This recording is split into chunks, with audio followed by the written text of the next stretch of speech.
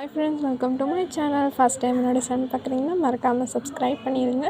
And நீங்கள் என்னோட புது வியூவர்ஸ்னால் மறக்காமல் சப்ஸ்கிரைப் பண்ணுங்கள். அண்ட் உங்களுக்கு இந்த வீடியோ பிடிச்சிருந்துன்னா உங்கள் ஃப்ரெண்ட்ஸ் அண்ட் உங்களுக்கு தெரிஞ்சவங்களுக்கு இந்த வீடியோ அனுப்புங்க. மோஸ்ட்டாக ஷேர் பண்ணுங்கள். ஸோ நிறைய பேர் என்கிட்ட வந்து ஒவ்வொரு வீடியோ அப்லோட் பண்ணும்போதும் அக்கா அது பண்ணுங்கள், இந்த வீடியோ லெசன் பண்ணுங்கள், எக்ஸ்பிளைன் பண்ணுங்கள் அப்படின்னு சொல்லும்போது எனக்கு கொஞ்சம் மோட்டிவேட்டாக இருக்குது. Please make sure that always motivate me. அதனால நான் உங்களுக்கு குட் கண்டென்ட் வீடியோ எடுத்து அப்லோட் பண்ண முடியும்.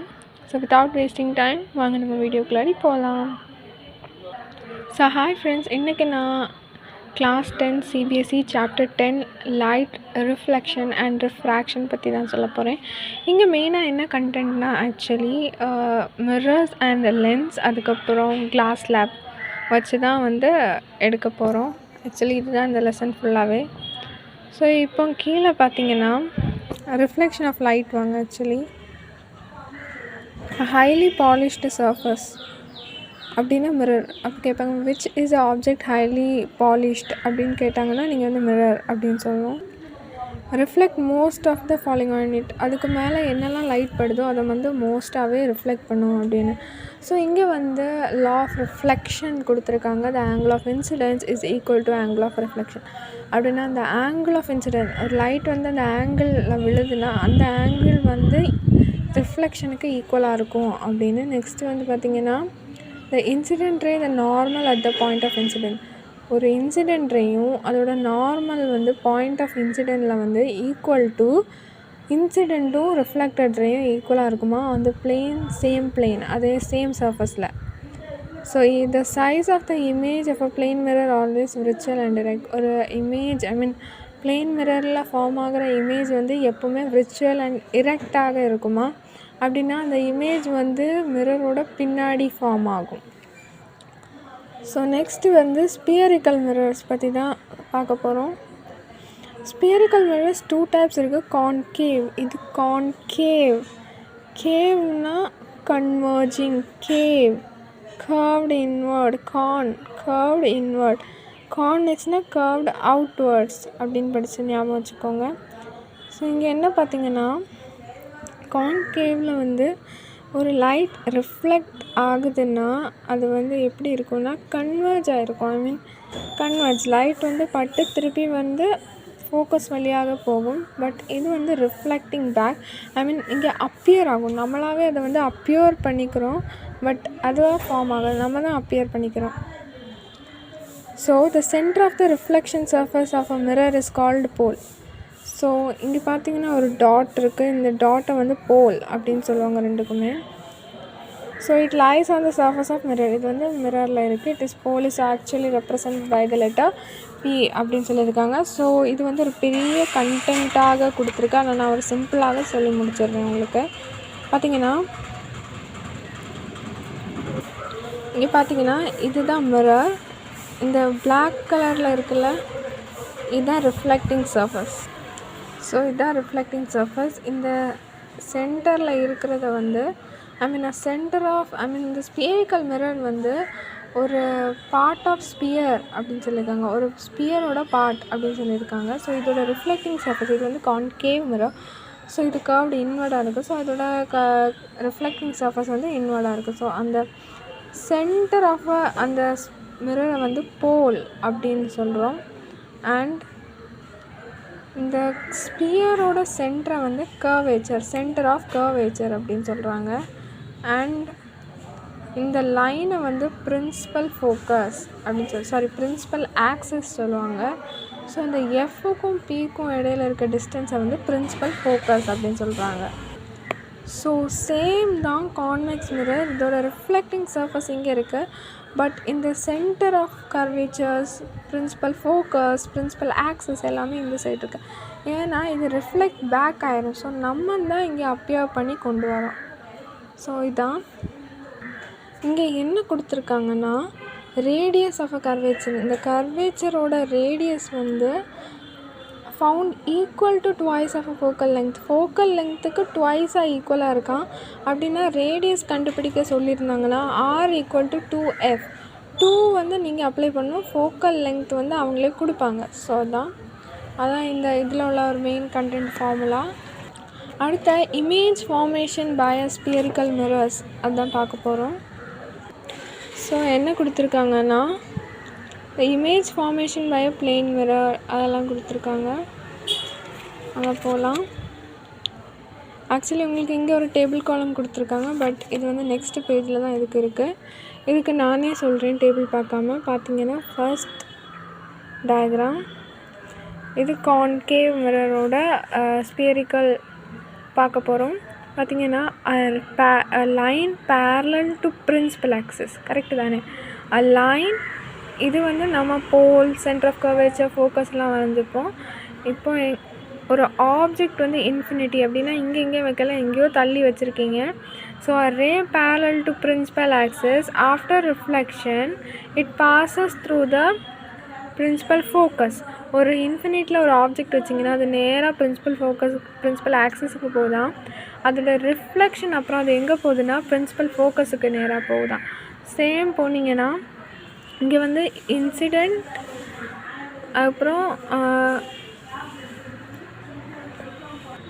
இன்சிடெண்ட் ரேன்னு தனியாக கொடுத்துருக்காங்க அண்ட் ரிஃப்ளெக்டட் ரே கொடுத்துருக்காங்க. ஆமாம், இது இன்சிடெண்ட் ரே. ஸோ இது சென்டர் ஆஃப் கர்வேச்சர்லேருந்து கட் பண்ணிங்கன்னா இது இன்சிடெண்ட் ரே, இது reflected ray.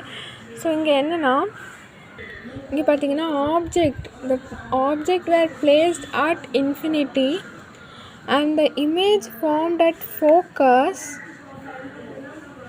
and the size of an image is highly diminished. Nature of an image is real and virtual. Real and inverted. நமக்கு இங்கே தான் கிடைக்கிறனால இன்வெர்ட்டடாக கிடைக்கும். ஸோ செகண்ட் இமேஜ் பார்த்திங்கன்னா ஆப்ஜெக்டை வந்து பியாண்ட் சென்டர் ஆஃப் கர்வேச்சர் வச்சிங்கன்னா ray parallel to principal axis. After reflection it passes through principal focus and again a line passes through the centre of curvature which comes back again. So பார்த்தீங்கன்னா இங்கே என்ன ஆகுனா C and எஃப்க்கு இடையில் image form ஆகுது. இது again inverted. So பார்த்தீங்கன்னா image kept at beyond C and the image formed between C and F. அப்புறம் the image வந்து diminished. நேச்சர் ஆஃப் இமேஜ் வந்து ரியல் அண்ட் இன்வெர்ட்டட். ஸோ நமக்கு இன்வெர்ட்டட் தான் கிடச்சிருக்கு. ஸோ அடுத்தது போகலாம் வாங்க. அகெயின் இது வந்து இப்போ அட் சியில் வச்சுருக்கோம். Ray parallel to principal axis. After reflection it passes through principal focus. Same பண்ணிங்கன்னா இங்கே என்ன ஆகும்னா சியிலே தான் நமக்கு வந்து இன்வெர்ட்டட் இமேஜ் ஃபார்ம் ஆகும். So image object kept at C and the image formed is inverted with at C. I mean nature of an image is same size, so it is again a real and inverted. So let's move on to D. Object is kept at between C and F.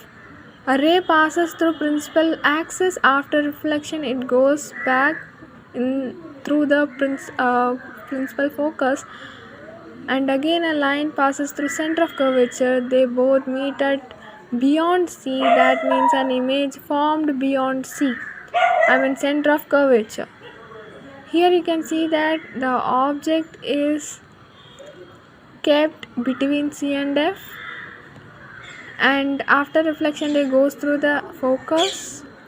Again it passes through center of curvature and come back and the image you can see formed behind the center of curvature. So வாங்க அடுத்தது போகலாம். இப்போ வந்து ஃபோக்கஸில் வச்சுருக்காங்க. ஃபோக்கஸில் appear ஆகி திருப்பி ஃபோக்கஸ்லேயே போகும் centre of curvature. So இந்த ரெண்டு பேரல் லைன்ஸ் வந்து எப்போவுமே மீட் ஆகாது. ஆனால் எங்கேயோ ஒரு இடத்துல மீட் ஆகாதுன்னு சொல்ல முடியாது, எங்கேயோ ஒரு இடத்துல மீட் ஆகும். ஸோ பார்த்தீங்கன்னா இது ஆப்ஜெக்ட் kept at F. அப்புறம் நேச்சர் ஆஃப் அன் இமேஜ் வந்து இன்ஃபினிட்டி. அப்புறம் highly enlarged, real and again inverted. So last image பார்த்திங்கன்னா எஃப்க்கு ஃப்ரண்டில் வைக்கிறாங்க. ஸோ இது அப்பியர் ஆகி மேலே படுறதுனால இது வந்து என்ன ஆகுதுன்னா நமக்கு வந்து ரியல் அண்ட் விர்ச்சுவல் இமேஜ் கிடைக்கிது. ஸோ நம்ம கிட்ட கொண்டு வைக்கிறனால. ஸோ ஃப்ரெண்ட்ஸ், நம்ம இப்போது யூசஸ் ஆஃப் கான்கேவ் மிரர் பார்க்க முடியும். கான்கேவ் மிரர் வந்து காமன்லி டார்ச்சர்ஸ், அப்புறம் search lights, mainly dentist use பண்ணுவாங்க. எதுக்குன்னா நம்மளோட டீத்தில் உள்ள கேவிட்டி ஏதாவது ஆச்சுன்னா அதை இன்னும் லார்ஜாக காட்டுறதுக்கு வேண்டி. ஸோ நம்ம நார்மலாக பார்க்கும்போது எதுவுமே தெரியாது. ஸோ இங்கே கொடுத்துருக்காங்க, large concave mirrors are use to concentrate sunlight to produce heat and solar furnaces. So இது வந்து கான்கேவ் மிரர் வந்து சன்லைட்டுக்கு கான்சன்ட்ரேட் பண்ண யூஸ் பண்ணுறாங்கன்னா, ஏன்னா சோலார் ஃபர்னன்ஸ் காட்டுறதுக்கு வேண்டி. So image form by convex mirror கொடுத்துருக்காங்க. ஆக்சுவலி நான் வந்து கான்வெக்ஸ் மிரர் அவ்வளோ பார்க்கல, ஏன்னா டைவர்ஜன் அப்பியர் தான்.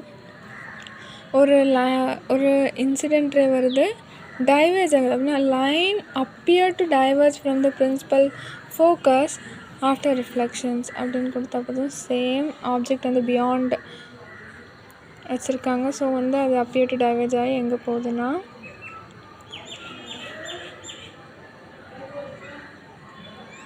ஃபோக்கஸ் வழியாக பாஸ் ஆகி போகுது. தென் இது டைவர்ஜ் ஆகுது, சென்டர் ஆஃப் கர்வேச்சர் வழியாக கட் பண்ணியிருக்காங்க. ஆக்சுவலி அவ்வளோதாங்க.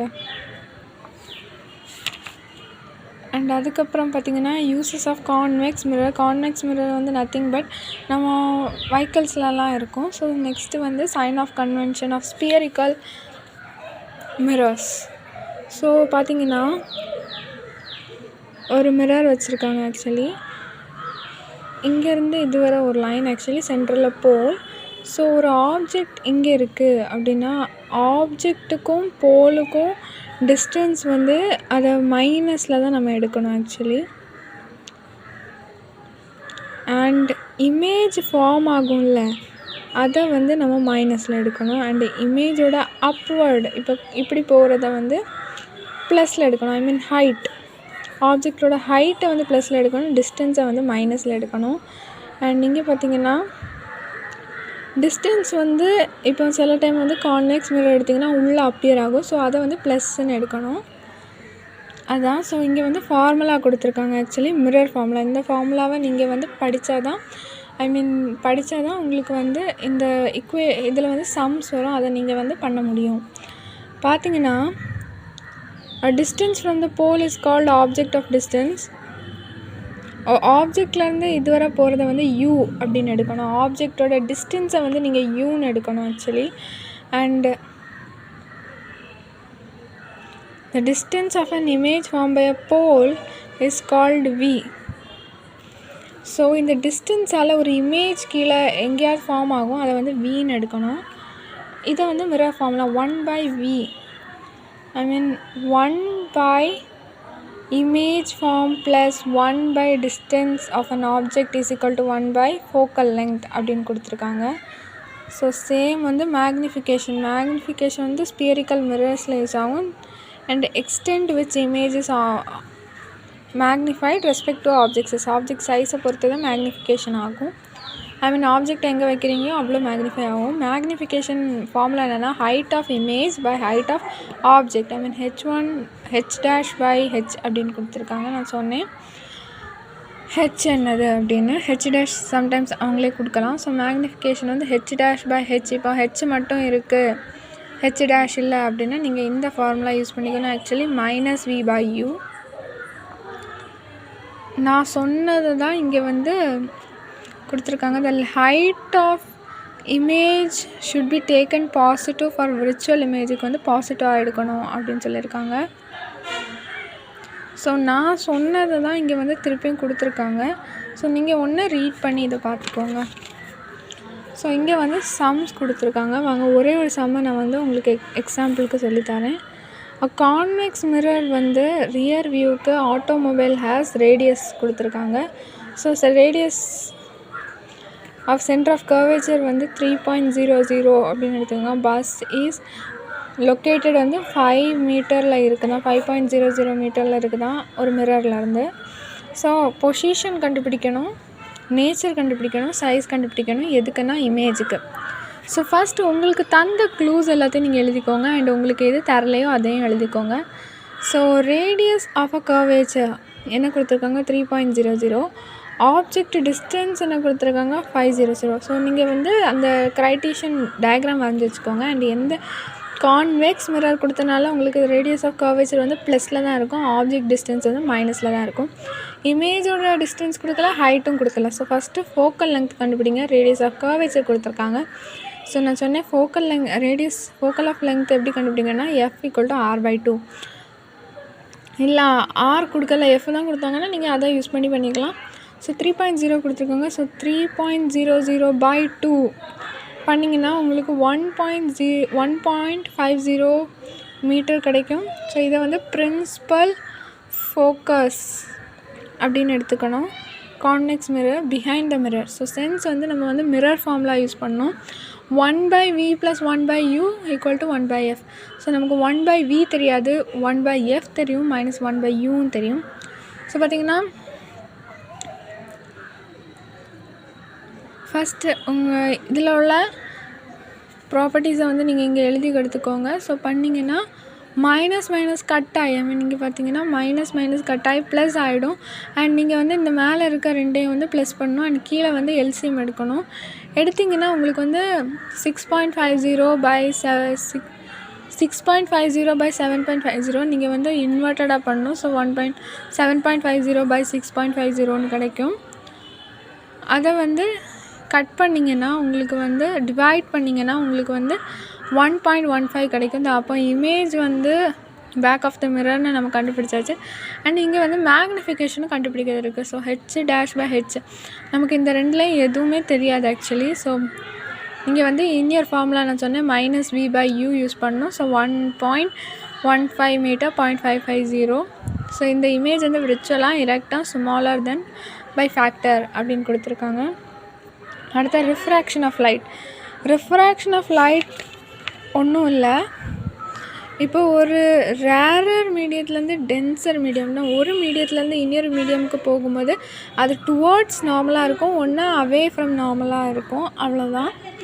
ஸோ நான் ஃபார் எக்ஸாம்பிளுக்கு சொல்கிறேன். ஒரு கிளாஸ் லேப் எடுத்திருக்காங்க. இது ரேரர் மீடியம், ஏர் வந்து ரேரர் மீடியம், கிளாஸ் வந்து டென்சர் மீடியம்னு எடுத்திங்கன்னா ஒரு இன்சிடென்ட் ரே இ வழியாக பாஸ் ஆகுது, எஃப் வழியாக பாஸ் ஆகுது, சென்டரில் நார்மல் இருக்குது. இது பெண்ட் டுவர்ட்ஸ் நார்மலுக்கு கொஞ்சம் கிட்ட இருக்குது. அப்படியே திருப்பி டென்சர்லேருந்து ரேரருக்கு போகும்போது பார்த்திங்கன்னா அவே ஃப்ரம் த நார்மல். இதுதான் ஜஸ்ட் நத்திங் பட். இதை வந்து உங்களுக்கு இந்த ஒவ்வொரு ஆல்ஃபபெட்டிங்கை வச்சு உங்களுக்கு ஃபுல்லாக கொடுத்துருக்காங்க. அது நீங்கள் ஒருக்கா ரீட் பண்ணி பார்த்துருங்க.